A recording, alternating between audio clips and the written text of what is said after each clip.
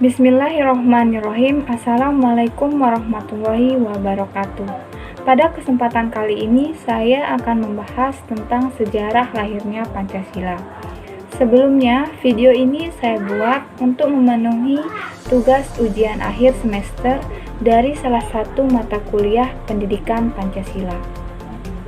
Sebelum saya menjelaskan tentang materi, izinkan saya memperkenalkan diri terlebih dahulu. Perkenalkan, nama saya Eka Oktavia Putri, NIM A1C020063 dari kelas B, Prodi S1 Akuntansi, Fakultas Ekonomi dan Bisnis, Universitas Mataram.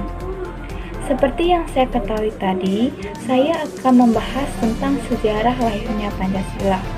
Akan tetapi, perlu kita ketahui apa sih itu Pancasila? Apa sih yang kalian ketahui tentang Pancasila?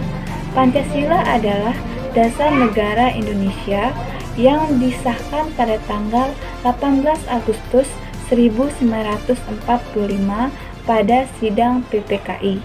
Akan tetapi, rumusan-rumusan yang terdapat dalam Pancasila telah lama dirumuskan, yaitu sejak sidang BPUPKI pertama. Sejarah lahirnya Pancasila. Nilai-nilai yang terkandung dalam Pancasila sudah ada sejak zaman dahulu. Intinya, nilai-nilai esensial seperti nilai ketuhanan, musyawarah, kerakyatan itu sudah ada sejak zaman kerajaan hingga kebangkitan nasional. Nilai-nilai tersebutlah yang terus berkembang mengikuti perkembangan zaman. Namun, pada kesempatan kali ini saya akan fokus pada sidang BPUPKI, yaitu tempat awal dirumuskannya Pancasila, dan sidang PPKI, di mana tempat disahkannya Pancasila. Selanjutnya kita membahas tentang BPUPKI. Apa yang kalian ketahui tentang BPUPKI? BPUPKI adalah Badan Penyelidik Usaha-Usaha Persiapan Kemerdekaan Indonesia yang dibentuk pada tanggal 1 Maret 1945 dan disahkan pada tanggal 29 April 1945. BPUPKI diketuai oleh Dr. Rajiman Widyoningrat dan beranggotakan 67 orang. BPUPKI adalah badan yang sangat berperan penting dalam proses kemerdekaan Indonesia.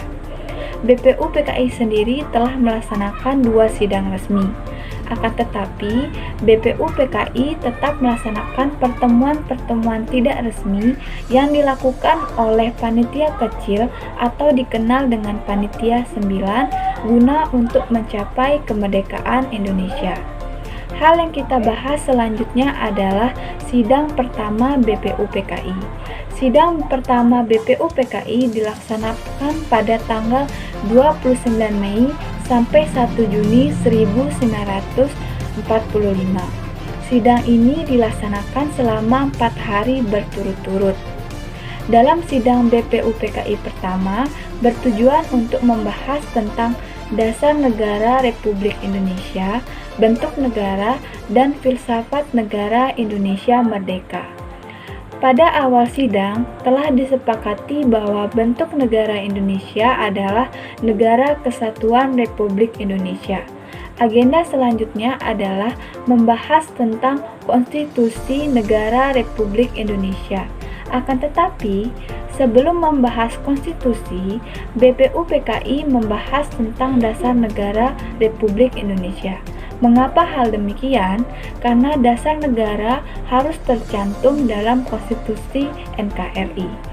Dan sidang BPUPKI pertama inilah menjadi akal bakal lahirnya Pancasila pada tanggal 1 Juni 1945. Dalam sidang BPUPKI pertama, ada 3 tokoh penting yang merumuskan dasar negara Pancasila. Tokoh pertama yaitu adalah Mr. Muhammad Yamin, yaitu pada tanggal 29 Mei 1945 menyampaikan usulannya yang berisikan 1.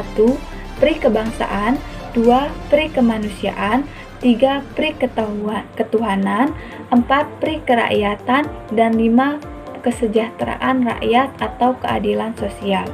Tokoh penting yang kedua adalah Profesor Dr. Sopomo, yaitu pada tanggal 31 Mei 1945 menyampaikan usulannya mengenai dasar negara Republik Indonesia yang berisikan 1.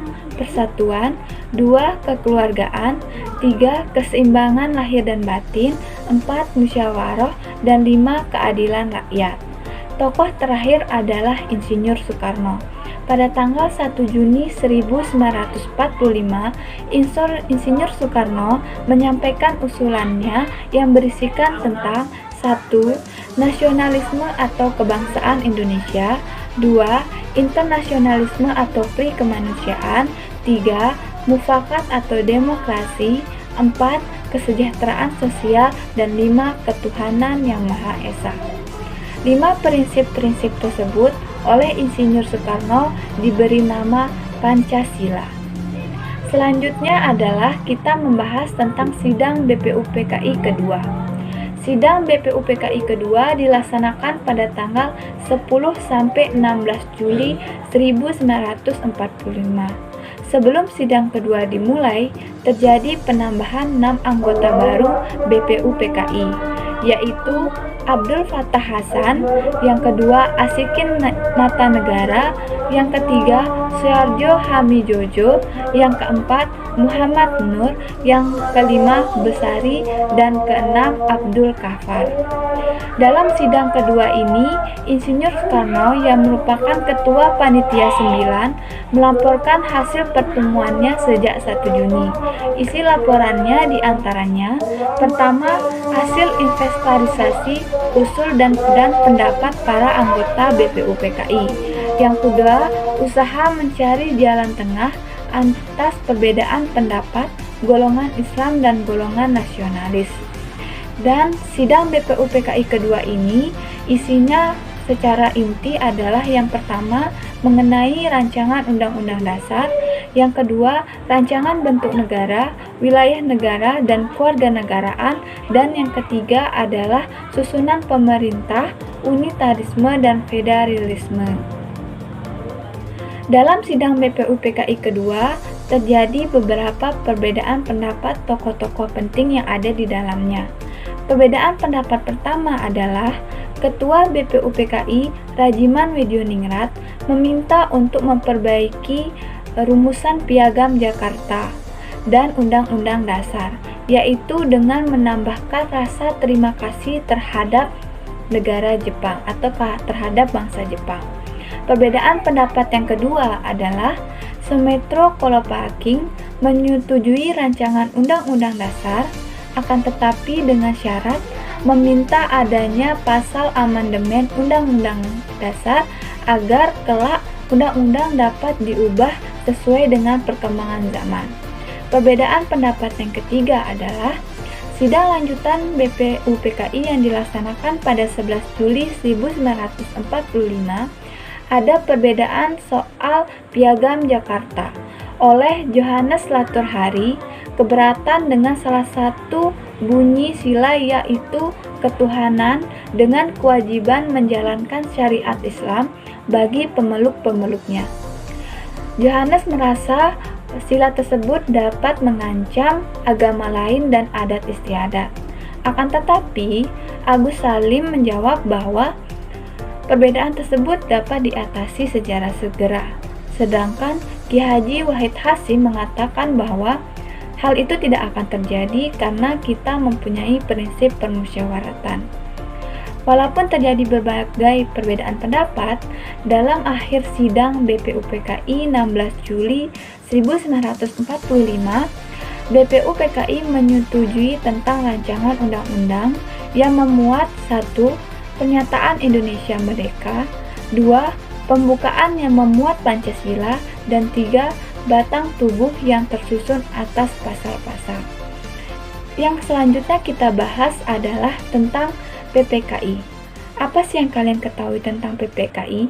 PPKI adalah Panitia Persiapan Kemerdekaan Indonesia yang bertugas untuk mempersiapkan kemerdekaan Indonesia.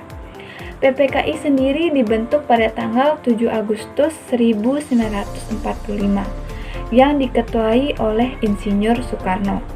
Izin dari pembentukan PPKI adalah diberikan izin oleh bangsa Jepang, yaitu oleh tokoh Hisashi Tarahashi. PPKI sendiri beranggotakan 21 orang yang terdiri dari 12 orang Jawa, 3 orang Sumatera, 2 orang Sulawesi, 1 orang Kalimantan, 1 orang Nusantara, 1 orang Maluku, dan 1 orang golongan Tionghoa. Tokoh-tokoh yang di atas tersebut adalah tokoh yang diketahui oleh bangsa Jepang. Akan tetapi, tanpa pengetahuan Jepang, PPKI sendiri menambahkan 6 anggota baru. Selanjutnya adalah sidang PPKI pertama. Sidang PPKI pertama dilaksanakan pada 18 Agustus 1945, memiliki topik pembahasan dasar negara dan pimpinan negara, di mana hasil sidang menghasilkan 3 keputusan. Yang pertama, menetapkan dan mengesahkan Undang-Undang Dasar 1945. Yang kedua, mengangkat Insinyur Soekarno menjadi presiden dan RS Muhammad Hatta menjadi wakil presiden. Yang ketiga, membentuk Komite Nasional sebagai badan yang akan membantu presiden sebelum MPR atau DPR. Disahkannya Undang-Undang Dasar 1945 sebagai konstitusi negara Republik Indonesia, maka secara otomatis disahkannya pula Pancasila sebagai dasar negara Indonesia. Mengapa demikian? Seperti yang disebutkan tadi, karena Pancasila terdapat dalam pembukaan Undang-Undang Dasar 1945. Sidang PPKI pertama adalah menjadi akhir dari lahirnya Pancasila. Jika sidang BPU PKI pertama merupakan awal dari lahirnya Pancasila, maka sidang PPKI pertama merupakan dari akhir lahirnya Pancasila. Selain informasi yang di atas yang telah saya sampaikan sebelumnya, saya akan memberikan informasi tambahan mengenai hasil sidang PPKI kedua. Sidang PPKI kedua dilaksanakan pada tanggal 19 Agustus 1945, yang dengan topik pembahasannya adalah menyusun pemerintah pusat dan daerah. Serta hasil dari sidangnya adalah: pertama, menetapkan 12 kementerian yang akan membantu presiden. Kedua, membagi wilayah Indonesia ke dalam 8 provinsi dan menunjuk gubernurnya langsung. Yang ketiga, akan membentuk Badan Keamanan Rakyat atau BKR. Kemudian informasi tambahan yang kedua mengenai hasil sidang PPKI yang ketiga. Sidang PPKI yang ketiga dilaksanakan pada tanggal 22 Agustus 1945. Yang mengenai topik pembahasannya adalah merancang lembaga tinggi kelengkapan negara. Menghasilkan keputusan: pertama, membentuk Komite Nasional Pusat atau KNPI dan yang berpusat di Jakarta. Yang kedua, menetapkan Partai Nasional Indonesia sebagai satu-satunya partai politik di Indonesia. Yang ketiga, membentuk Badan Keamanan Rakyat atau BKR. Mungkin cukup sekian yang dapat saya sampaikan. Semoga bermanfaat. Mohon maaf jika ada kesalahan atau kekeliruan. Sekian dan terima kasih. Wassalamualaikum warahmatullahi wabarakatuh.